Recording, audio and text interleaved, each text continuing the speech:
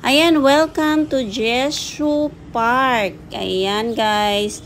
O, isang maulan na hapon na naman ang dito sa sa Taipei kasi maulan to pero tumigil na siya nung nag-video. Ayan, Jesu Park. Ayan. Maganda dito kasi ang tahimik, tapos hindi ko na nilagyan ng music kasi nga maganda pakinggan yung mga tunog ng mga ibon. Ang daming ibon dito guys. Ayan o, maliliit. Ayan, may nakasulat na do's and don't. Ayan. Malinis talaga siya. Ano lang siya, yung mga dahon kasi nga umulan, taka may tubig. Ang daming upuan dito. Ayan yung parang yung statwa nila. Ang hirap bigkasin, Jesu Park. Ayan. Ayan, ito siya guys, squirrel. Akala ko ibon. Pero squirrel yan. Hindi sila mailap sa tao. Lapitan ko na nga sana. Ayan, umalis siya. Tapos, sinundan ko. Yun, dinala niya ako doon sa mga kaibigan niya din. Ayan, naglakad-lakad lang kasi ako kasi maganda maglakad pag ganito. Yung wala masyadong tao kasi galing sa ulan. Ayan. Pero, ano kasi ito siya guys, yung nasa tabi ng highway. Ayan. Nasa tabi ng highway to. Ayan, maraming bulaklak. Pero nakatikom siya kasi nga, 'di ba, galing sa ulan.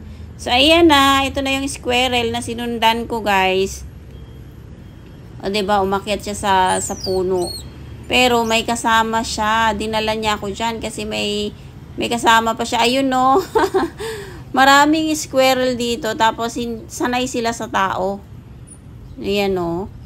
Kasi 'di ba yung sa hindi ka sobrang ilap, pero dito yung mga ganyan, sanay na sila sa tao, pati mga ibon. Ayan, kahit madulas yan kasi basa yung mga meron pa dun sa taas. Yan. Tsaka, hindi lang ito guys, pati yung nakita nakita nyo yung mga malalaking puno. Ayan, park yan, karugtong yan siya. May mga madami din doon, kubo-kubo. Tapos mga upuan, ayun o, yung kulay dilaw doon. Maraming nakaupo doon, nakatambay. Na sumilong dahil nga umulan. Pero, ayoko na doon kasi takot ako sa maraming squirrel kasi. Ang daming squirrel talaga dito guys. Yung pinapakain din kasi nila. Ayan. So, dito lang ako sa hindi masyadong madami ang puno kasi nga takot ako sa squirrel kasi yung iba kasi lumalapit talaga. Ayun o. Ayan, dalawang squirrel din yan guys. Nag-aabang yan sila kung may pagkain na ibibigay. Kasi wala akong pagkain, nagbibideo lang ako sa kanila. Ayan, o, diba? Hindi sila takot. Ayan, nag-aantay kasi sila kung bibigyan sila ng pagkain dahil lalapitan ka talaga nila. Ayan, yan lang guys for today's video.